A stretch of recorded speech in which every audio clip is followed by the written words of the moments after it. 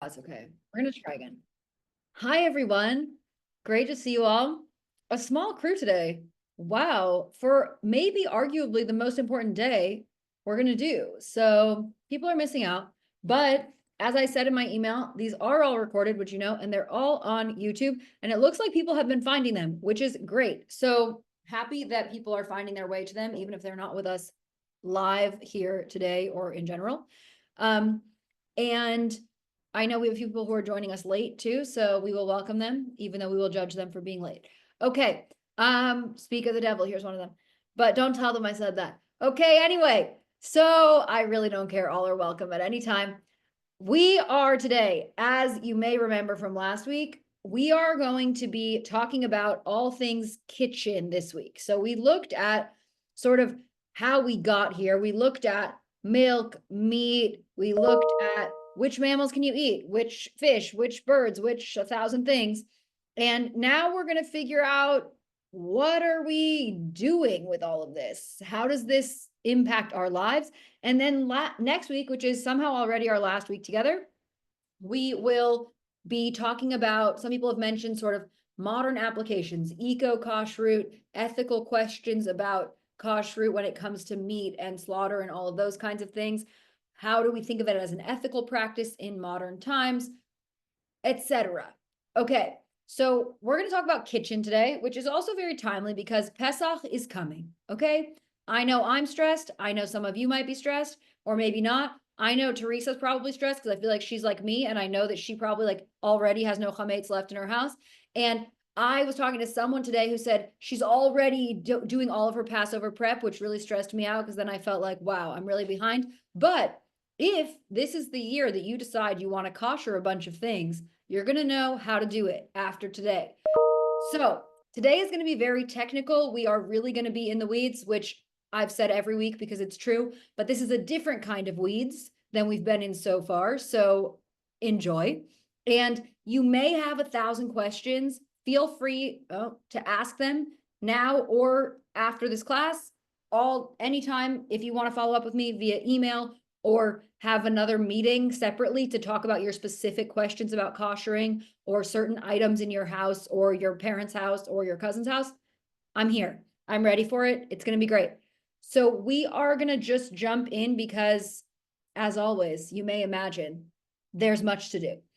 So we are mostly not in the sources this week. We are going to look at one verse. And other than that, we are just looking at sort of modern things. There are some paragraphs that are explaining sort of how you kosher different items. We're not going to necessarily read verbatim what's happening, but I'll give you the gist of it. And also I wanted this source sheet to be useful to you after this class. So I included some of the paragraphs that explain the rabbi's positions so that when you look back at this, it doesn't just say sink and you don't know what we were talking about a sink. So it will explain a lot of things. It doesn't explain everything because didn't want to overwhelm us too much. So if you do have questions that remain unanswered, I'm always happy to answer them. Okay, enough of me talking. Time for more of me talking, but in a different context. And I'm going to put the source sheet in the chat, and then I will also share my screen. Wow, everyone knew to arrive at this exact moment just in time for us to actually do our learning together, which is great.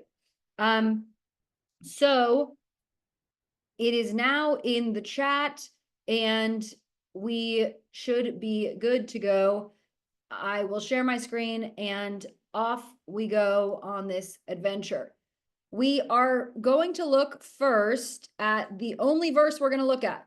There's sort of an order of things today. If the order doesn't quite work for your brain, I apologize. There was not a great way to do it. If you're just joining us, we are doing sort of kitchen, kashrut, dishes, vessels, appliances, life, etc.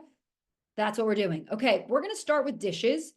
Dishes, there is a verse in the Torah. Here it is, Leviticus 6:21. This is where we understand some of our dish-related questions to come from. An earthen vessel in which it was boiled shall be broken. If it was boiled in a copper vessel, the vessel shall be scoured and rinsed with water. They understand that this is related to the different things that can absorb or not absorb certain kinds of food. And If it was just a copper vessel, that doesn't absorb any kind of meat or flavor. It doesn't absorb any dairy. It's just metal. So you can just rinse it and move on with your life. Great. But if it were earthen, it's got to go because that is going to be in it forever. We can't have that. Okay. That's the only verse we're going to look at today. Before we look into what is actually kosherable or not, any questions, thoughts about this? I know it's out of context. I know it may be confusing. The only thing we really want to make sure we're getting from it is that some things have different rules than other things based on what it absorbs or not. You with me so far? Questions about that before we look into specific materials? Great. Okay. So I made this little chart for us, and you can tell me if it's useful or not useful. But here's the question. Is it kosherable or is it not? Okay. And we first have unglazed earthenware, which is sort of what they're talking about here. And that's definitely not kosherable because if you think about clay or something like that, it's porous. So the idea is that if it's not sealed in some way, then you can't really kosher it because let's say you had pork on it 15 years ago, that pork residue could have soaked into that clay somehow, or that pot or that bowl. And so even if you try to scrub it, clean it, blah, blah, blah, you can't actually get all of that out of it. And then you can't put your cereal in it. So you got to get new bowls. That's the answer to that. That one's pretty straightforward. But the thing is that now most of our earthenware that people have, many of us probably have glazed china or stone or clay, essentially, that I would say it's probably the most common kind of plates that many of us have. And it's still probably not actually kosherable, but it's complicated. You'll see on a chart, almost everything is complicated. So we're going to look at why it's complicated, but most people still land on it's not so kosherable. If you don't have a kosher kitchen and you want to start a kosher kitchen, you got to get some new dishes.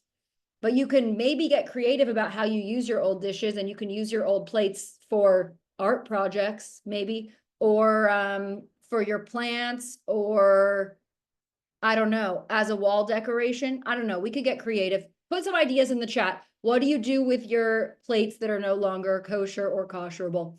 Okay.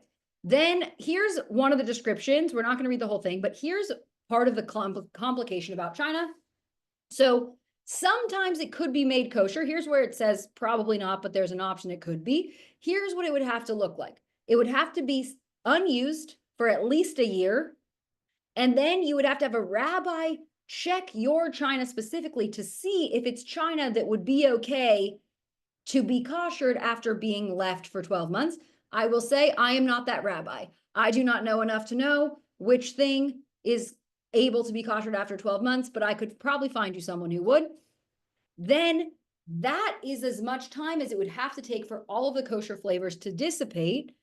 But if the glaze is thin or could flake off, it can't be koshered. The other idea is get a kiln, very, very doable. I know this is speaking to all of you.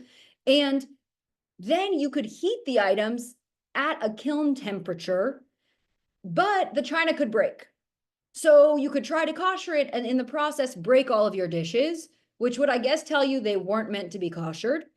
But it really is pretty tricky. So that's why I say probably not, because most of us are probably not going to leave our china for a year and hope it's the kind that then seems koshered. And we're also probably not going to put it in a kiln. So this is just where we are. Rage room is a great answer, Elliot, to what to do with these dishes. I'm going to join you there. We could probably get a lot of dishes and smash them, donate them. Great. Love it. Make things and then give them on the plate. Okay. These are great. See, I knew you'd have good solutions. It can be very frustrating if you are turning your kitchen into a kosher kitchen and you realize how many new things you have to get. It's a lot. It's very overwhelming. And it also is not just about china plates, but also china bowls or other things. But here's the exception. If it's a ceramic fruit bowl or sugar bowl where it only had cold things and it was only used for things that are inherently kosher, you're good. It's not treif and you don't need to kosher it. So that is the exception. Your grandmother's sugar bowl that has been passed down in your family for generations is fine. But her plates that had the pork on them are going to the kiln and probably not surviving. Okay, let's start with China. Questions about China, responses about China, rumors you've heard, fears, concerns, and then we'll continue. Somewhere. Wow, great. Yeah, Sipra? Burying it in the ground. Burying it in the ground. Yes, I've heard of that theory or something. What is that? Enjoy. I don't know what to tell you. No, seriously. I remember years and years ago, I can't remember where, and there was even a Curb Your Enthusiasm. I totally believe you. I totally believe you. There's also, you know, this idea of tevilat kelim, this idea that you take new dishes to the mikveh, which we're not actually going to talk about today, but there is an idea that you have to do that with your dishes. There is a tradition of burying things in lots of ways. As Jason put in the chat, there's also an idea, especially with knives, but also silverware, that sometimes if it becomes treif somehow, you use a dairy knife with meat, you stick it in soil for a year, some people say, and then you think, okay, by now, all of the different weather and rain and whatever that has happened, the knife is fine. We're bringing it back to the kitchen. So maybe that's what it comes from, but it's not plates. It's just silverware. And we're not going to talk too much about that today. But it is an interesting question, not familiar to me other than that, Sipra, but a great question. Okay, let's move on. Ceramic in some ways is one of them. I was about to say one of the most complicated, but then I remember they're all complicated. So I shouldn't speak so soon. So then glass also probably yes. So one thing that feels maybe good, but maybe not, because glass is technically made from sand, right? So is sand then closer to clay and earthenware, or is glass more similar to metal? Because by the time it's in the form of glass, then it isn't porous in the ways that sand would be.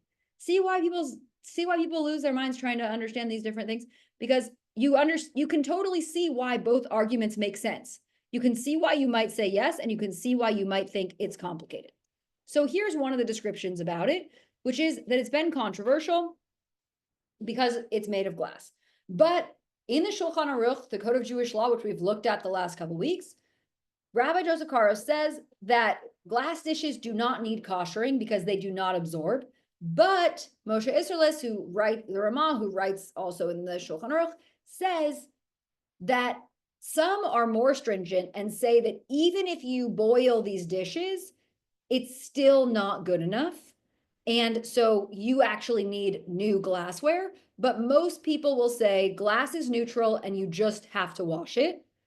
So if you had a glass, I don't know, baking dish or something like that, you would probably just be able to use it.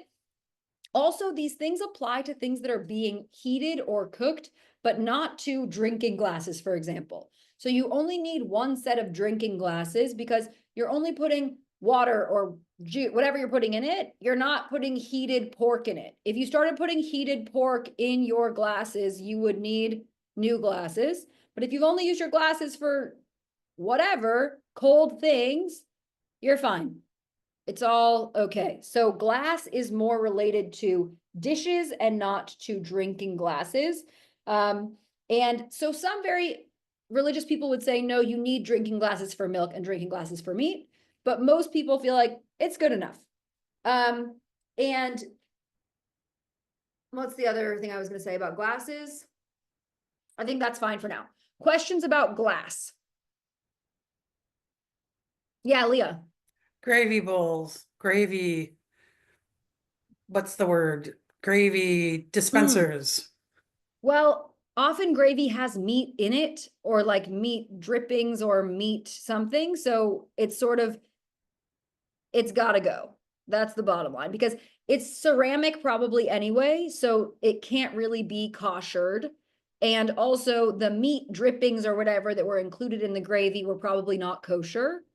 So I think it's out. I think it becomes it could be another opportunity to put a plant in it or something creative, you know, a little cactus maybe. Yeah, other questions about glass, other thoughts about glass. I'm gonna put the source sheet in the chat one more time in case any of the people who joined later want to have their own copy. Okay, we are moving on because we are still on page 1 of 5. Okay, here we go. So, wood and plastic. Strange, pretty much not, but there are ways. Here we go. For example, a wood cutting board could be kosher through Haggalah. We're going to look at Haggalah later, which is hot water, scour. Anyway, we'll discuss. But they first have to be sanded down and bleached, which is the same way you would have to kosher a wooden countertop, sand it all the way down and bleach it. And so that's a lot to ask. And a plastic cutting board, there's no way to do it. It just has to be replaced. The exceptions for wood and plastic are if you sand it all the way down with wood and then bleach it. And the exception with plastic is if the plastic, if it's silicone, for example, or something like that, that could be boiled in water and still survive. The issue with a plastic cutting board, or most plastic things, are you put that in boiling water, it's gone. It's just going to melt into a puddle. So it's not kosherable. So generally, the answer is no. Same thing with if you're trying to kosher a knife, for example, and the knife is metal, but the handle is plastic. Not quite, because you can kosher the blade part of it, but you can't so much kosher the plastic part because of a fear that it would actually melt when we boil it. We're about to get into how you kosher actual items. But the idea is technically some plastic and some wood are kosherable, but I'm not sure how many of us are going to sand down our cutting boards and then bleach them to then boil them in water. Put your name in the chat. Raise your hand if you are going home after this to sand down and bleach all of your cutting boards and counters. It's not happening for me. I can tell you that. Yeah, Peter, I'm with you. It's not happening. So that's why I say not exactly, because the answer is really, I think no, but if you really were committed to it, there are ways for some of it. On the whole, buy new plastic stuff. I don't know what else to tell you. Are we good on that? Questions about those things, wood and plastic? Okay, one more simple one, which is metal. We're good on metal. It should be fine. It doesn't absorb things. We should be good. Of course, like everything, there are sometimes exceptions. There's a question about what if it's metal, but it's Teflon, then is Teflon kosherable? And the answer is, as long as the Teflon is not scratched at all, then it still sort of counts as metal. As soon as the Teflon is scratched, you should get rid of the pot anyway, or the pan anyway. So don't bother koshering it. Get yourself a new one because it's probably not good for you anyway. That's sort of the modern take on that. And I think that's really all that I have to say about metal, unless you have questions about metal specifically that I haven't. I'm looking at my other notes to see if there's other stuff that I want to add, but I don't think so. Any other questions about that? Okay, those are all of our material things, okay? Those are all of the different materials. Now we're going to look at the process. So we've seen, okay, here's what's kosherable and not. How do we actually go about koshering things? What does that even mean? And so here's what we are going to see. We're going to look at 3 different versions. And the way that often we understand this koshering process is kavolo kach polto. As it is absorbed, so it is purged. So sort of how it's used is then how you kosher it. So you'll see what I mean in just a second. So first we have libun. Libun is to purify, and there are 2 versions, libun gamor and libun kal. We're just going to talk about kal mostly because gamor just isn't actually useful really for day-to-day life, because what gamor is a complete kind of purification that is heating something until it is red hot. And usually that requires a blowtorch. So that's a kind of libun or a kind of purification that we are mostly not going to do. An oven does not reach a high enough temperature. And so most often someone else, a rabbi or someone else would do that for you, or people, I know people who have blowtorches, but we're not going to talk about that. We're going to talk about libun kol. And this process is used generally for a grill, a baking pan, a frying pan, things that you often go in the oven or involve that kind of thing. And this is, you also heat this metal very hot, but the other version that's a little bit less crazy than blowtorch is hot enough that paper that touched it would burn or would scorch in some way. And so that often happens by putting something in a very hot oven. So you might put a frying pan in a very hot oven, or you might put in your baking pans, things like that. There's an idea that hot enough, it will sort of get rid of all of the impurities of the thing. This is also a way, this goes back to Passover, that you can kosher things going into Passover. This is what you would do if you have a pot that you wanted to use for Passover that you needed to kosher in some way. This is how you would do it. The second one is Hagalah. This one I think is probably the most common. It's for pots, pans, silverware, those kinds of things. And this is, you use a huge, you might have heard about this or seen this or done this yourselves. You use a huge boiling pot of water and you put things in it, but each thing has to be in it itself. So you can't pour in 1,000 things, because if the metal of one fork touches the metal of another fork, it may not be able to be fully kosher. So you can sometimes put a few forks or whatever else, but it's a pretty tedious process because things can't touch each other. They have to just touch this sort of purified container that they now are in. And you also, sometimes you might have a pot or a pan that doesn't fit in that pot. So you might have to hold part of it in for a minute and then pull that off and then hold the other part of it.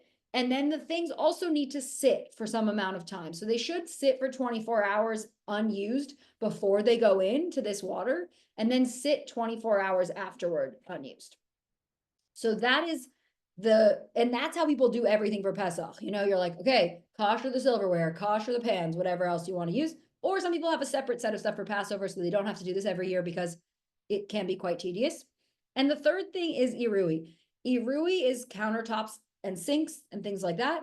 And that is pouring boiling water all over something. It also makes a mess because you're supposed to pour enough boiling water over your counter that it like comes out to the floor so that you know that it's actually covered the whole counter, but then you end up with water all over your floor. So enjoy. And then same thing with sinks. And even sometimes when you're boiling, if you're doing Hagalah and you want to do a pan, they also want you sometimes to boil water in that pan enough for it to go over the sides. But if you have a gas stove, then that can really mess up your burners because then you get water stuck in them. So some of it is a little bit tricky, but those are the three methods, and those are the ways that you generally kosher all of those things in those ways. Okay. Questions about that? Thoughts, confusions, concerns? Anyone have a practice of this on Passover, like is familiar with this and does this themselves? I was curious, is there like a company that does this that you can like call and hire? It's a great question. There probably is. I don't know. We often here at IKAR, if we need something, a kitchen koshered for Passover, we often will have a rabbinical student do it or ask someone to do it. There are people who like to do those things and who know how to do them and could do them pretty well. Also, depending on what your needs are, sometimes it's not so hard. Some people get their own Passover dishes. And so then all it is counters, stove, sink, or whatever. And that's like pretty straightforward. So I don't know though. I haven't looked into that, but that would be a very good money-making thing. So I'm sure someone is doing that. Someone has like koshering your kitchen on wheels or something. And it probably exists 1 foot from where I'm sitting right now. I just don't even know about it. So, well, someone will find it. Sipra will find it and she'll let us know. I feel like Sipra will find something like that. See, here we go.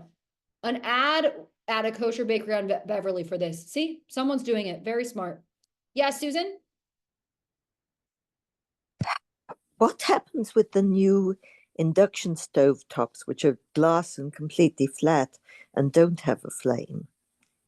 Yes, I decided not to bring that stuff today because it was a little bit too complicated because of exactly what you're saying. Because it's glass, it's also, you can't heat it quite to the same degree that you could Yes. heat other stoves. And so there is a question about whether or not it's actually kosherable if you have an induction stove. Okay. Yep. Okay, Yeah, so okay. I don't have a great answer, because it really is tricky, especially for Passover. So, yeah. But there are apparently these discs, they call them, that you can put on top of the induction stove that then can sort of serve as a way to kosher them for Passover or something like that. But there is a lot of question about whether or not it's okay. So, other questions or thoughts? Okay, great. So that's sort of, so far, we have looked at the different materials that are used in a kitchen and which things are kosherable and not. And then also how you would go about koshering things. Will you just raise your hand or put your name in, or just like put a note in the chat if you are someone who has, oh, see, Cipra, Pristine Kosher. Yeah, Jason and Cipra is a business that does what Alicia asked about. Great. So has anyone done any of this, like koshered things for Passover or otherwise in these ways? No. Okay, great. Not that you have to, but it might be a fun exercise now that we've done this class 3 weeks from now to kosher something for Passover, just for the experience of it. It might just, not that you have to do your whole kitchen, not that you have to do everything, but do like a fork and a knife or something in a big pot of boiling water, just to see what it feels like to do this kind of thing and understand what the process is that people are going through.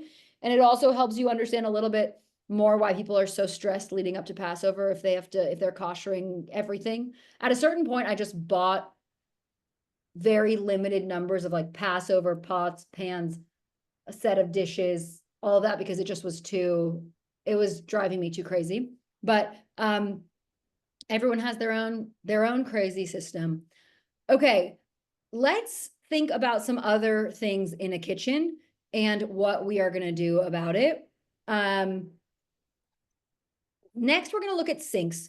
Will you first just raise your hand if you have a porcelain sink in your kitchen? See? Things get dangerous if you have a porcelain sink, as we're about to see. So that's what I'm telling you guys. Like, things are getting crazy. Buckle up for this part. Okay, here we go. So we have sinks. Enamel porcelain sinks are treated as earthenware they are not kosherable at all, which is very stressful. If you live in a house with a porcelain sink and you probably aren't the first person to live in that house, and you don't really know what to do because it's not actually kosherable because of its material, as we saw in the list of materials earlier. What do we make of that? We're gonna look more at why, but what do we make of that? Any thoughts about it?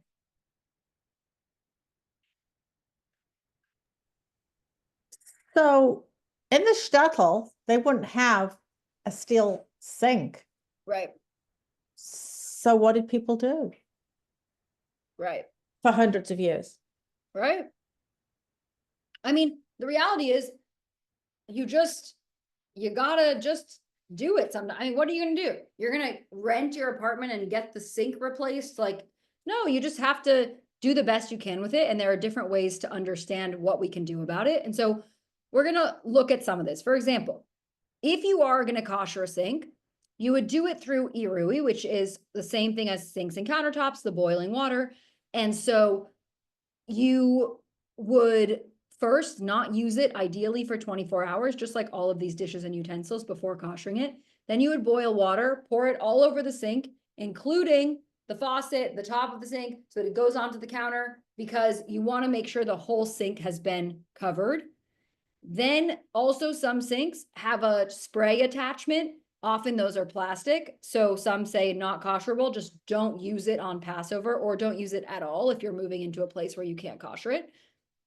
But other people say it's kosherable. You just kosher that with the boiling water, just like you would do anything else.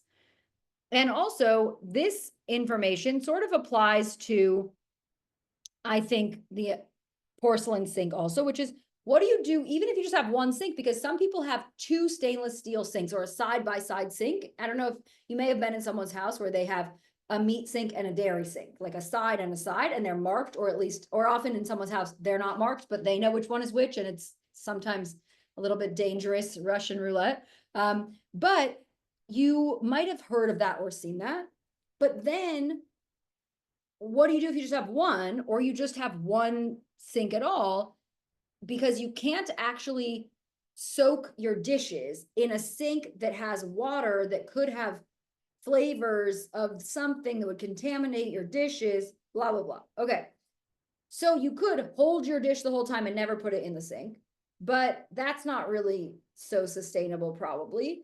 So instead they say, get plastic tubs, one for meat, one for dairy, so that way you're always only washing them and putting them in something that's only been with other meat things or only been with other dairy things and has never touched a sink that had both.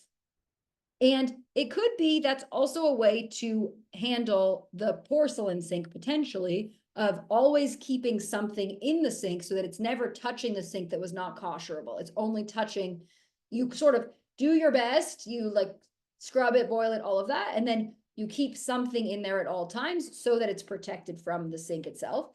And the other option, and you may have seen this, is to get rubber coated racks so that when they are in the bottom of the sink, there's sort of like a rubber trivet almost in the bottom, so that way you know, okay, it's only touching that has touched the meat versus the dairy or something like that. And that's a way to keep them separate, because a lot of people don't have two sinks, and that's not really I think, expectation that can be had. And so you have to get creative about how do you manage milk and meat in the same sink. All the more so, obviously, if it's not a stainless steel sink, which many people don't have. Okay, that's our sink overview. I told you, we're in the weeds today. That's just what the hour is going to be. I know it's a lot. I hope I'm not overwhelming you too much so far, but let me know, what are you thinking about sinks? How are you? Tell me what you're thinking, questions, whatever else. No questions. Very overwhelming. I know it's very overwhelming. The thing is, here's what I'll say. I am not giving you all this information because I want you to go home after this or walk to your kitchen after this and throw everything away and start over. I am bringing all of this to you so that you have this information to use or to not use in whatever ways feel good for you. If what this means to you is, wow, I learned this whole thing that I hadn't thought about before, that's great. That's enough. I'm not here to convince anyone to change your whole kitchen and spend thousands of dollars on new stuff and turn your whole kitchen upside down. If you want to do that, happy to talk to you about it. But really, it's just, this is what Kashrut has led to. This is what all those verses that we looked at the last 2 weeks created in our modern times. And so I just want to bring it to you so that you can see what it all looks like and how people live this out in their day-to-day lives. And also, no obligation to take any of this as an assignment. It's just an offering. And I hope that it can be received that way and not as sort of a very intense, overwhelming thing that you now feel like you have to manage in your life. That's not the hope. The hope is to be learning together and sharing this information. And I know it's new to some of you and less new to others of you. And sometimes it's just good to have a reminder of like, how did we even get here? And where were we before? And how interesting that those few verses we looked at landed us looking at having plastic racks in our sink so that we can keep milk and meat separate. It's like very, very interesting. No, you do not have to do this before conversion, at least not in our community. Different communities are different.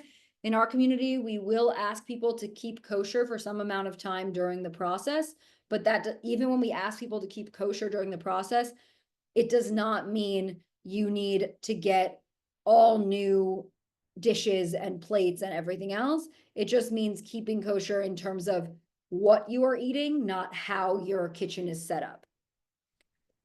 And on that Yeah, note, Danielle. on that note, do other people who generally do, I mean, I imagine there are people who keep kosher, but maybe not in terms of their kitchen, but in terms of what they eat. Is that a common practice? So let me just make sure I'm understanding your question. You mean, are there people who are not eating milk and meat, not eating pork and shellfish, but they're not having two sinks and having all of Yes. that? Yes, I think that's very common, actually.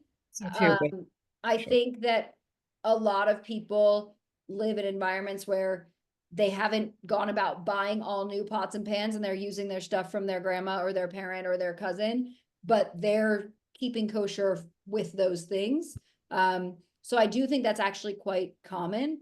And the people aren't necessarily tracing where their plates came from or if that fork was ever used for meat 300 years ago. Not literally 300, but maybe 30. And I think that is pretty common. And then also some people have very different rules inside their house than out of their house, which is also very interesting. And some people keep kosher at home, but then they'll eat whatever they want out. Or they'll eat some things out that they wouldn't eat at home. Maybe I know some people who maybe would not have eaten pork or shellfish out, but they'll eat non-kosher chicken out, but they would only have kosher chicken in their house. So every version of this definitely has happened. But I do think, to your initial question, there are a lot of people who keep kosher in that way without sort of the letter of the law, if that makes sense. Great question. Other questions? Sorry. Hi, everybody. Sorry I was late. You're good. So what are the positives? So, so what spiritual benefit do people feel that they get from following these rules? Or in your experience, what do people like? Does it just bring more awareness around food preparation, or like what are the spiritual benefits? Yeah, great question. We are going to talk more about that next week because we are going to be talking about sort of modern applications and ethics and morals and different ways that we're sort of applying kashrut in our lives and how do we really understand it. And I think there are a lot of answers to your question. I think one is, as you said, and as we talked about in the first class, it's an intentional eating practice. And so it's a way of really thinking differently about your food, not just about what you're eating, but about how you're eating it. What you are consuming that. Where did the pot come from? Where did this thing come from? What's happening? And so I do think that there's a way to frame it as a very intentional spiritual practice that happens to come from this sort of rigid system. But I actually think that a lot of our connection to spirituality and to intentionality often comes from very rigid structures. And I think we like to believe that if our lives were just a free-flowing adventure with no structure or schedule or rhythm or expectation, that that's how we would really feel spiritual and connected, but that actually it's within that structure and system that we access that kind of intentionality and freedom and spirituality. I worked in the 12-step world for a long time, and we often had this conversation with people who were newly sober and had sort of spent a lot of their time doing anything they wanted all the time. And then they're suddenly in this environment where they have to be at this group at 8 a.m. and 9 a.m. and 11 a.m., all of these things. And it feels very crazy making at first because it's like, I want to just have my life. Like, where do I find freedom? And that the freedom actually comes from that structure, because if you just have endless freedom, it's not freedom at all. But there's something about having expectations and having rigid expectations that you can find some kind of freedom and you can find some kind of spirituality. And I often think that spirituality actually does come from structure.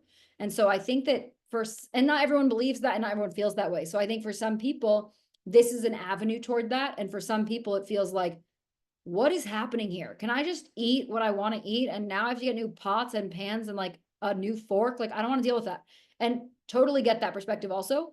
I think for other people, as Susan put in the chat, there's a real connection to peoplehood and identity and history and tradition and ancestry.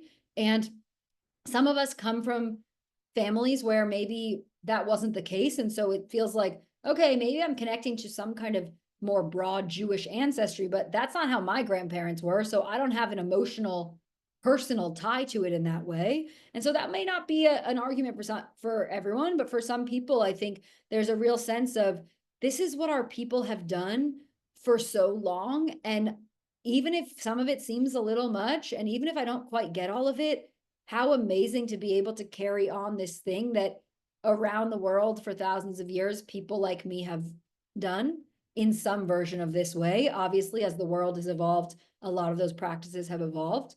But I think a lot of it comes from that. There's like a holiness and a sacredness also to separation, which is sort of how it all started, keeping milk and meat separate, eating these animals, but not these animals. That feels like there's something spiritual about separation. And I think also about, not to go back to 12 step, but I was talking recently with a friend who's a recovering addict who said, oh yeah, not having what I want all the time is a spiritual practice for me. That's what my sobriety is.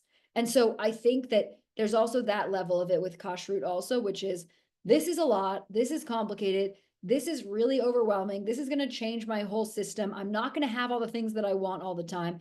And that also engenders a different sense of intentionality and spirituality when you actually have to think about things in a different way and you're engaging with it in a different way. We live in a world where we can have anything we want all the time. And that wasn't the case for our ancestors for much of their lives. And also, sometimes having access to everything isn't as great as it sounds. You know, I think about the kids who are growing up with smartphones, and from the time they're 8 or 9, they're all on smartphones and they have access to the whole world, and the ways that that's increasing rates of anxiety and all sorts of really scary things for them. It's like having more isn't always better. And so I think that this system is established in this way. It has been tested for many generations. And I think it's one of the things that really has kept our people together, is having some people who really adhere to these expectations, which is not to say we all have to, or that it means a lot to all of us, but I think that's the longest answer I could have given you. And those are some rambling thoughts about why this could be meaningful to someone. Maybe you enjoyed it or maybe not. I feel like I talked for way too long, but here we are. Okay. Clear. I thought it was a simple question, Alicia, but turns out really took me on a ride I wasn't expecting. Okay. Can I respond So- real quick? It's real short. Yeah, of course. I relate to the thing about limitations creating a benefit. So like we talk about that in the arts, I'm in the arts. And so we always say limitation creates creativity. Exactly. Right? Yes. So I relate to that. And also the thing of like the fact that the rules are so elaborate and baroque and over the top is because they were built through communities over time. So they didn't go from like 0 to 60 in one family, one generation, right? It's like each generation kind of added a little more, right? Yeah, it's sort of like what we talked about with fences the last couple weeks, about how it started with you cannot boil a kid in its mother's milk. And then it became you can't even have meat and cheese on the same table. And then it became you can't even have meat and cheese in the same sink. And it's like, wait a second, the Torah just said don't boil a kid in its mother's milk. So yes, these things have evolved over time, and more distance has sort of been created in order to keep people from transgressing these things. But in the meantime, it has taken on many other forms and lives in some ways, and has ended up sometimes unrecognizable from the verses where we started. But it is because it's a communal experience that people have taken on, and it's taken on this life of its own, and it continues to evolve in these different ways. And we try to figure out more and more, how do we stay true to what our tradition says while also honoring the technological advances or the other changes that we're encountering in the world. And so it is always shifting, and it has been for thousands of years. Can I say one more quick thing? I'm so sorry. I missed the last session, but I do have a thought about milk and meat. It's really quick. So I read that if you have dairy and meat at the same time, you don't absorb the iron as well. There's something in the calcium in the milk that affects the iron absorption. So maybe that's just a health reason that I read. Wow. Well, there you go. That is news to me, but I believe it. Who knows? Okay. We are going to get back into some other kitchen items and what we need to do about it. So we're going to look at stoves and ovens next. Is this the right tab? Yes. Okay. Stoves. Here's stoves. And as Susan asked about, there are induction stoves. That's a more complicated question. But generally, you let it sit, not used for 24 hours. If you have burner grates and things like that you can take out, you take them all off and you wash them. You scorn the stovetop. So you scrub it as best you can and all of that. Then if possible, you can lift the stovetop sometimes and clean underneath that. And then also the dials and everything like that. And then you can reassemble the stovetop. But some people, well, we'll get there in a second. And then once you do that, you turn the burners on high for a while. What a while means depends on who you ask, but probably about 15 minutes or so. And I think 15 minutes is fine. You just want to make sure that it sort of cleans out all of those grates. But the other option, which I actually have heard much more commonly used, is you just throw the grates in the oven. So, because we're going to look at ovens in a second. And so you can just throw them into the oven while you are koshering your oven. And then you can do two things at once and save yourself also the gas of 15 minutes of all of these burners. And you just have to make sure if you do that, that your grates are just like one big piece of metal, that throwing them in a very hot oven is not going to cause any problems. Because what we're going to do for an oven is remove the racks first, scrub them, clean the walls of the oven, floor of the oven, all of that. Let it sit for 24 hours. This is the common theme. And then if you have a self-cleaning cycle, that's the best way to do it. Put it on self-clean, throw in those grates of the stove, and move on with your life. And when it's done, you will have a koshered oven and also stove grates. The other option is you can use a blowtorch, seems extreme. The other option is you can just turn your oven pretty much as high as it will go. Often you can do it 500, usually is good enough. And then you put it on 500 for a long time, and then you call it good enough. So that is sort of stoves and ovens.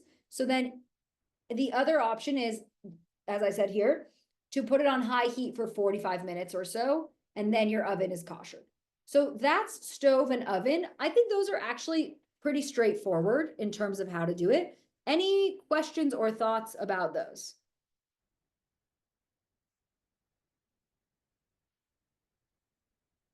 Great. No questions. It's all resolved. I love it. Okay. Those are also things, if you're thinking about, oh, maybe I'll do something for Passover just to try it out. You could also do that. Some oven spring cleaning, just scrub your oven down and put it on 500 for 45 minutes. And you'll have a new oven, going into Passover, or just in general.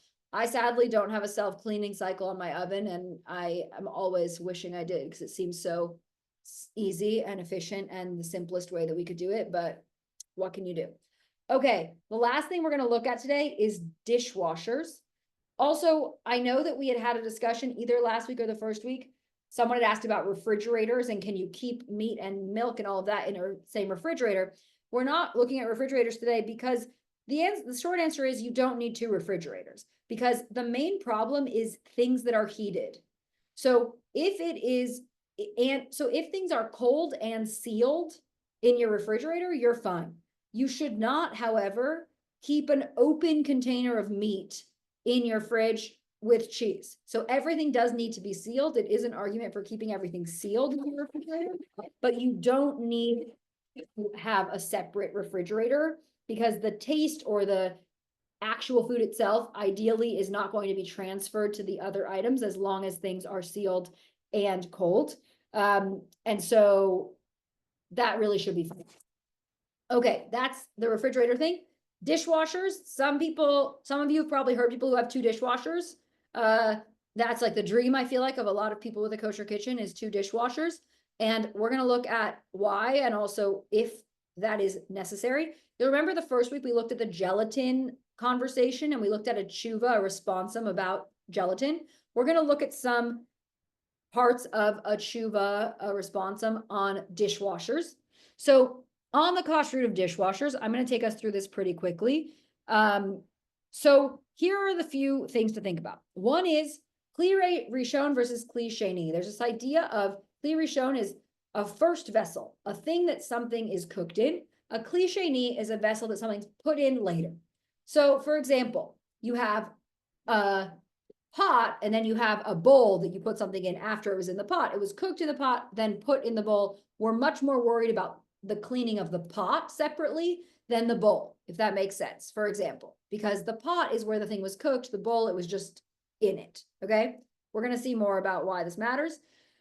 So it's important because the taste or the flavor, which is what they're so concerned about, cannot be transferred in a bowl, only in the pot. So the idea is the vessel it's cooked in is the real problem, not where it ends up afterward. So here's how they connect that to a dishwasher. The hot water in a dishwasher is heated in a hot water heater. That's the kli rishon, that's the first vessel. And then a tube brings it into the dishwasher, and then it goes into the dishwasher itself, okay? We're learning a lot about dishwashers today. Then the water that is sprayed into the dishwasher goes into this category of pouring that is interrupted, which also means it distances the source from where it's going, which is important. We want these things as separate as possible.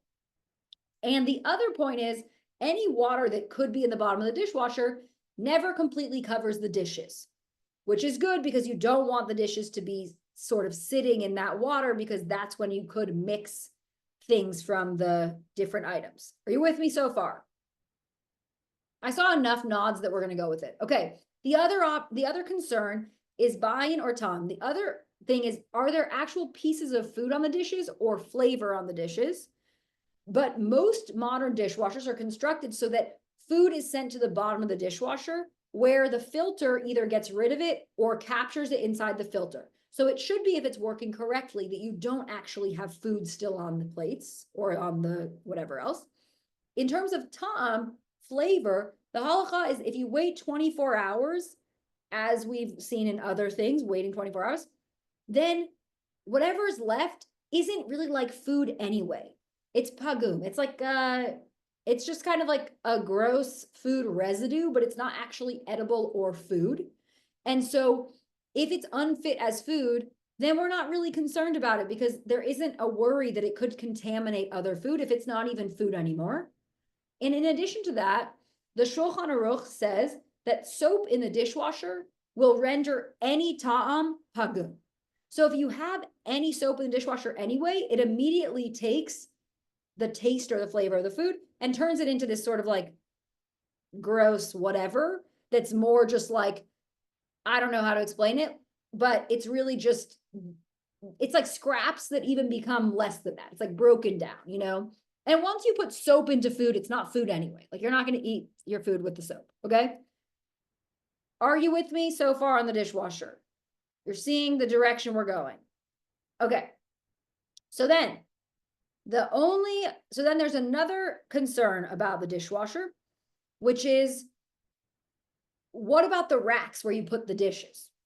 So Rabbi Moshe Feinstein says that you could use a dishwasher for both meat and dairy, but you have to have different racks because when you're putting the dishes on the racks, they might still have the food on them because they don't have the soap yet. They don't have all these things. So then it could be a contamination of meat and milk if you don't change the racks. But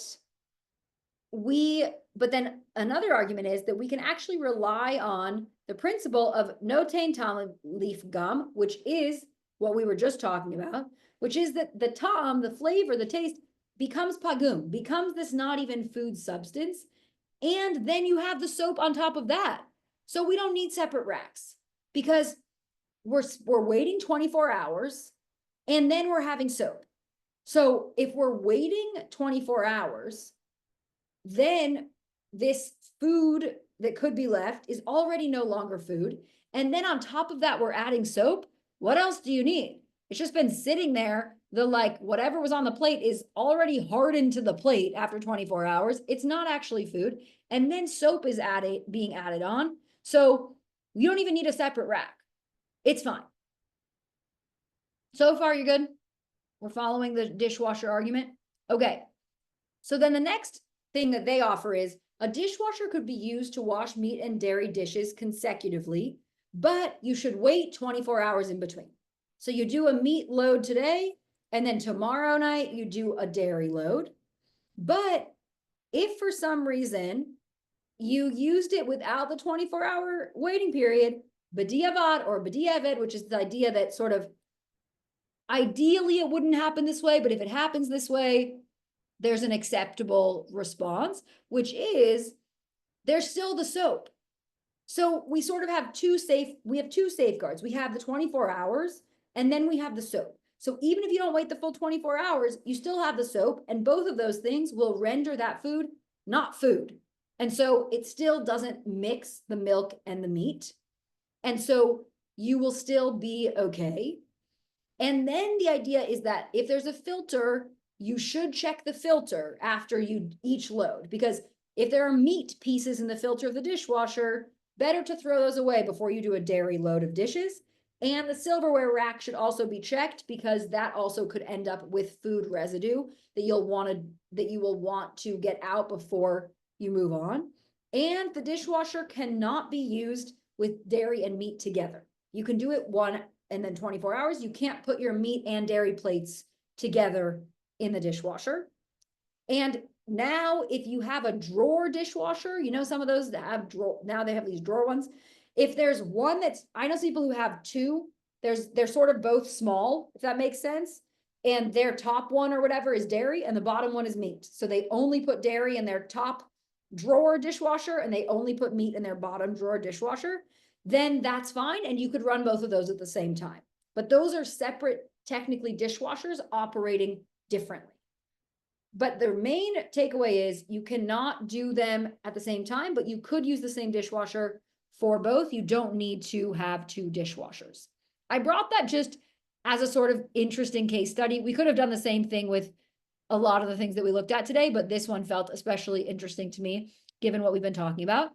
We are at time, but I want to give us just a couple minutes if people have overall takeaways, questions, thoughts from today. I know I threw so much at you, and I feel like it was 52 minutes of me talking, which is not my favorite kind of class, but I felt like there was a lot for us to get through, and we got through it, and I hope that you learned some things. And also, please let me know your questions, but anyone have thoughts or questions you want to bring before we close? Yeah, Sipra? I'm just looking around my kitchen. The microwave. Yes. Microwave is actually great. It's pretty easy. The best way to do it, scrub down the microwave. Like everything starts with scrub down the microwave and don't use it for 24 hours. That's our one thing across the board. Don't use it. Okay, we got that. And then also the vent area is a concern in a microwave. So make sure that that is sprayed down and cleaned and everything. Once you clean it, you leave it for 24 hours. The glass tray or whatever, if you have that, take it out, scrub. Okay, all these things. Okay, fine. Then to Kashrut, you actually fill up a cup or a mug or a glass of water, very full. Yeah. And then you put it inside, and some people say 10 minutes, some people say 20 minutes. You want the water to sort of evaporate or also sort of boil over if possible. Like you want to just make sure that that steam is part of what is going to help kosher it. And some people would say you should keep moving the thing around, and you should keep moving the different, like move the cup to a different place, it's enough. Just put it in for 15 to 20 minutes. It's enough. Okay.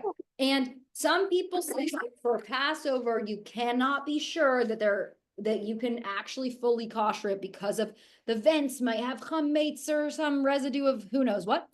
But I also know plenty of people who kosher their microwaves for Passover and are fine. So I think either way, but microwave tends to be really the easiest one because it's really pretty straightforward. So yeah, thank you. I meant to mention that. So thank you. Other thoughts, questions, any lingering things? Anyone feel okay, or everyone feels like they're drowning and I scared everyone?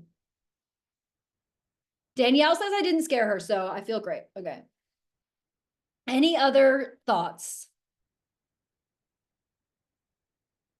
Okay, I'm surprised. Wow. Really, I couldn't believe how few questions and fears. I love it. Okay. Great. So please keep me posted as you're thinking about these things as it gets closer to Passover. If you're someone who's never done any of this and you're curious to maybe do some of it looking into Passover, email me. Would love to get a call on the calendar to talk through with you looking at Passover. Also, just other kashrut questions in general. I love talking about this stuff. Please don't hesitate to reach out. And I will see you next week, sadly, for our last class. I can't believe it. Have a great week, everyone, and see you soon. Thank you. It's always fun.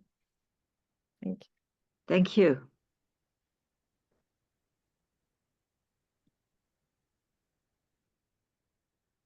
Alicia, let me jump on a different Zoom with you because this one's recording and I have to send it. It's a whole thing. So let me jump on a different one with you, okay?